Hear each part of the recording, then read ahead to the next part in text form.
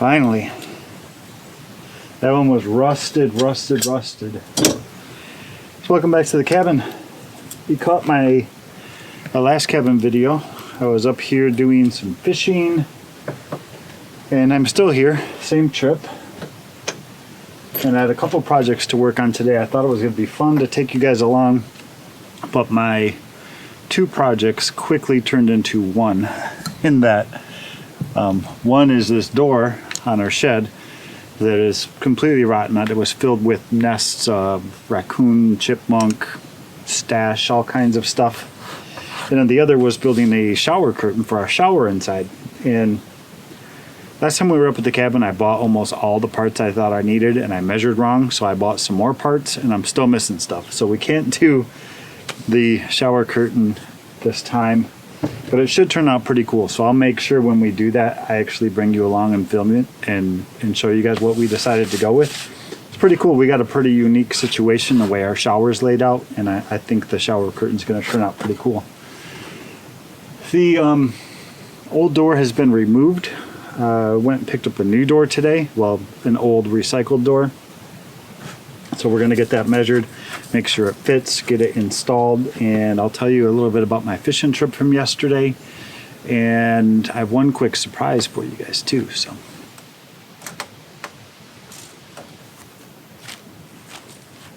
my surprise for you guys behind door number 1. She made it. I did. I told you guys in the last video that she had a huge project at work.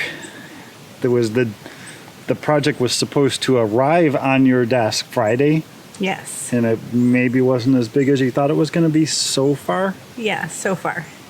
So you're able to come up to the cabin. Yep, absolutely. And we went out and did a lot of shopping today. Found your door. We did.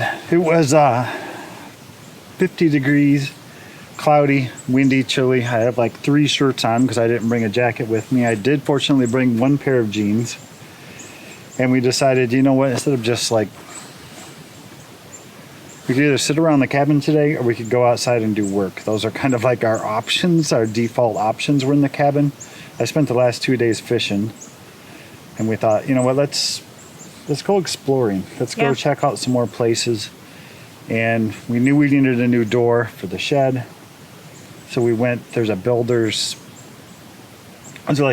supply shop nearby in town. Super fancy. We stopped there first, and it was like everything was like custom made, custom to the order. There was nothing in stock. $150 for a door to go on our little shed. We're like, no. We turned around and went right back out. So we looked up restores, and there was a Habitat for Humanity restore close by. Yep, in the town of Newport. We hit up a brand new Amish discount grocery store that a lot of you guys have mentioned. It's Brookside. I think it's called Brookside Market. I have pictures of it. Discount Market in Newport, and I finally found Tangi at Freedom Homestead's discount grocery store in Michigan. I'm so excited. Yeah. I walked in the door, and the first thing I saw was Jiffy Mix for $6 for $1. I'm like, yes. Those little corn muffin packages. Suddenly I need all the Jiffy Mix. Give them to me. But anyway, we had a lot of fun and just seeing new sites around town, areas close by. But I'm here to help you with this. Yep. So the Habitat for Humanity store, we went in there. It's a small little shop. I need a door for my shed. I don't want to pay a lot of money. What do you got? He's like, I got a whole bunch of them, $10 a piece. And we're like, that's what we're looking for. Can't beat that, right? So it's an interior door, so it probably will not last forever out here in the elements. But if it lasts us 4 years and 5 years, and we go back and buy another one for $10, right, it's better than a $150 door. Absolutely. And we know we have to customize it to fit. So we would never, I mean, you would have to pay so much money to get a custom door to fit that shed. Right. So we might as well pay the $10 every few years to build it. Yep.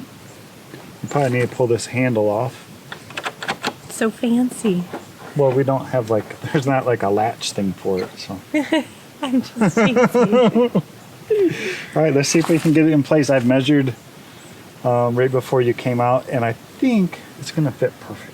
Oh, really? You Without don't cutting need to it? cut anything. Oh, wow. Okay, cool. Already came with hinges and everything. No so, kidding. Yeah. That's great. $10. All right, let's go see what we can make happen. Reuse, recycle, right? Yeah.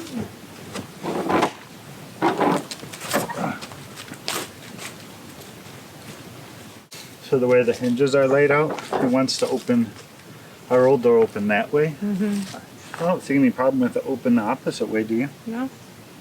Other than it's awkward. It's not like it's not normal, but that's fine. You know, we always open doors to the left. So it's going to open to the right, but it's fine. Yeah. I don't really care. I mean, why take everything apart when it's already put together? Yeah. Unless we flip it upside down. Oh, yeah, maybe we have it upside down? I don't think so, though. That's No, that's like, a normal height yeah, for a that's door. normal height.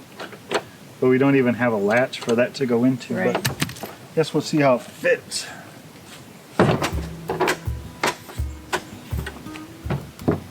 See if I measured right the first time. Yeah. That is perfect. How about that? Mice, I dare you to get in that. Can a mice fit in that hole?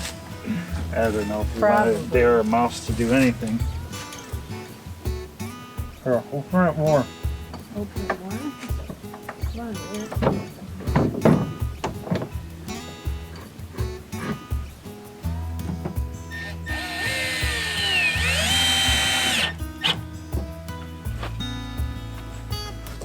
Okay, see how it does now.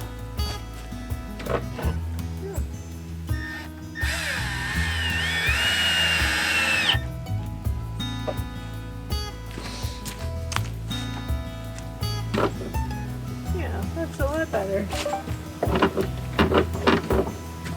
Good job. It's almost like perfect on the side. Yeah.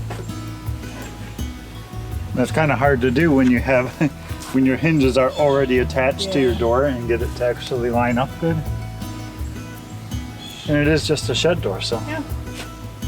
Good job. Probably cut a piece of that, honey, and make a block so it stops it from going in too far. Because Yeah. it'll jack up those hinges if it goes too Yeah, far. well.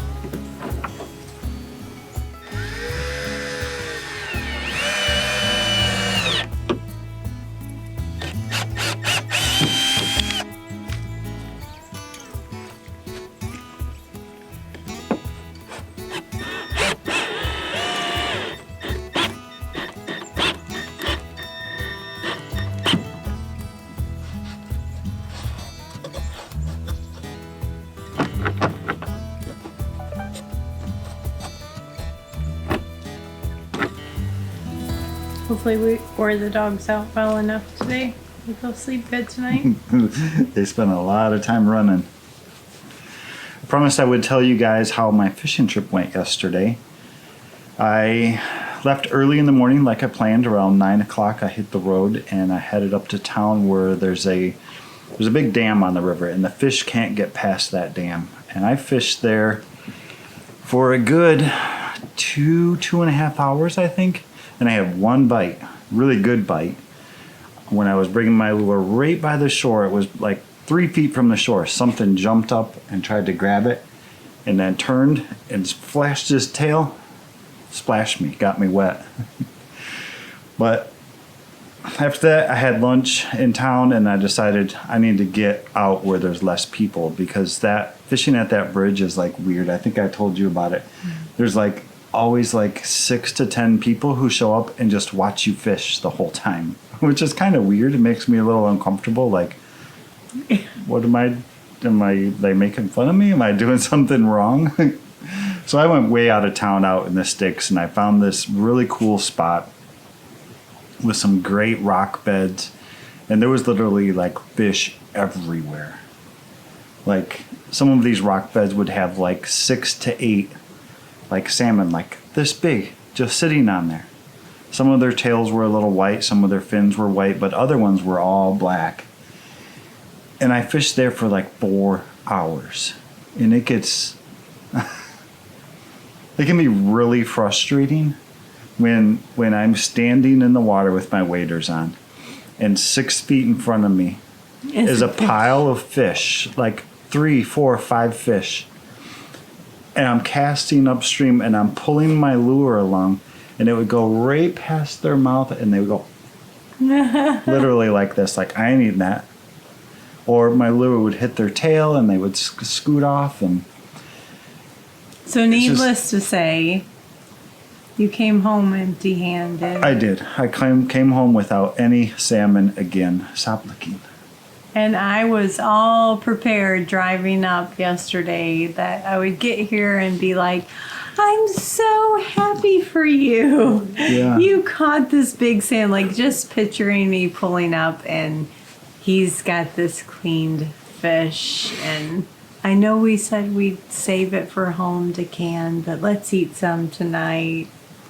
And that didn't happen. Yeah, we haven't like had a plan of like, we're gonna eat some at the cabin. Let's take it home. Let's dig out some Eric and Ariel videos, Simple Living Alaska, try some of their recipes, and can all this fish up for the winter. And no fish yet again.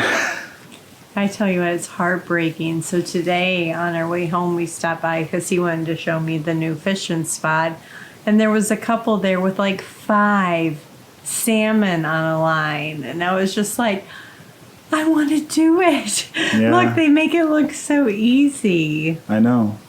And we even asked them, like, what were you using to catch them? And they showed us, and it was just a little fluorescent green jig at the end of a line with some weights on it. So I don't know. We'll figure out the trick eventually, but I don't think, obviously timing's not an issue because they were still catching them. So yeah, I don't know. Or they were. Yeah, I don't know. So, I mean, none of them looked that crooked jaw. None of them were completely locked jaw. Right. True. So, all right. Well, it's another great weekend at the cabin. I'm glad I made it. Yeah, me too. I wouldn't mind getting out of here a little later than normal tomorrow. Just take our time in the morning. Later? It's supposed to be sunny tomorrow and nice. Yeah. High of 55, so still chilly but sunny. Yeah, it was so cold here today. I don't think we told them that. Like 40s. Yeah. Very chilly. So we'll see you back on the homestead. We'll be back there in a couple days. Sounds good. Got a lot of stuff to do before winter comes. Garden to clean out, peppers to harvest still. Yep. Gotta get hay for the goats. A lot of stuff. So. Yep. See you guys there.